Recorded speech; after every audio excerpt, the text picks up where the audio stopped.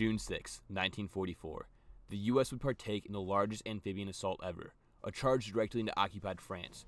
Joined by the British and Canadian infantries, this joint force push across the English Channel needed hundreds of thousands of men along with months of military planning and secrecy. What resulted was an event so game-changing in the war that it has been renowned, celebrated, and even glorified in Western media. Through movies, shows, video games, and books, the heroic actions of the men in this large operation have become an iconic and staple piece of war history.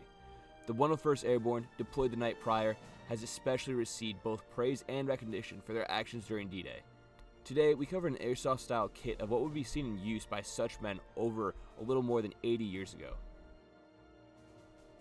The uniform. Throughout World War II, the airborne divisions of the Army would receive custom pieces, straying from what the rest of the Army was being issued. This is the M42 Airborne jacket with its matching patches. Now, this came from the website At the Front, and as you can tell from its darkened color, it has been treated with a fake CC2 to protect from the blistering gases people use on the airsoft field. Now, the M42 is incredibly accurate, as this is what was seen in use by most, if not all, 101st during D-Day. The pants also come from At the Front, and are treated just like the top. Reinforced at the kneecaps and shins, along with the pocket ties, strayed from their original mustard wool pants issued to many others in the Army.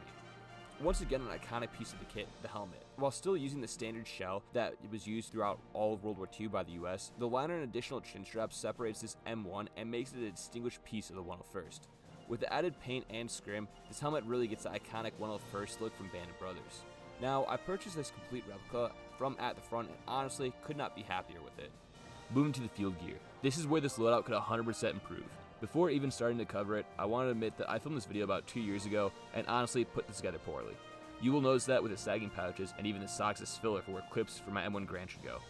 That being said, this equipment was used. It just looks terrible. The belt used along with the straps are the M1936 pattern, which was used heavily by the 101st on D-Day.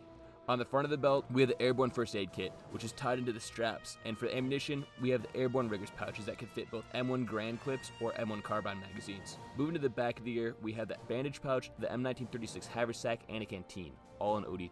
While once again this would commonly be seen and used by the 101st, this kit needs crazy policing to look better. While working on this kit, it became apparent the stark differences in what the airborne troops were issued on D-Day compared to the standard infantry. Nevertheless, the jump boots do not stray far from this standard at all. While the standard infantry was receiving roughouts and double buckle boots more commonly, the airborne was issued brown jump boots from the company Korakin, which are still actually made today. And obviously, that's exactly what you see here.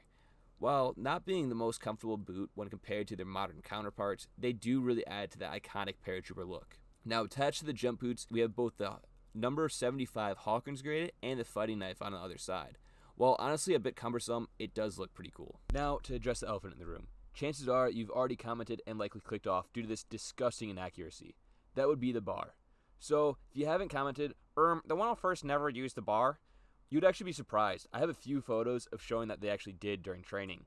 However, you really aren't wrong.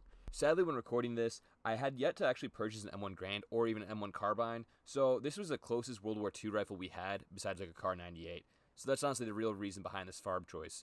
It is not correct, and that really needs to change for this kit. Anyways, that concludes today's video. If you did enjoy it, make sure you go check out my other World War II stuff, and maybe, if you're feeling courageous, go watch my modern loadouts. Also, if you like kit building, you should absolutely join my Discord, which is linked in the description.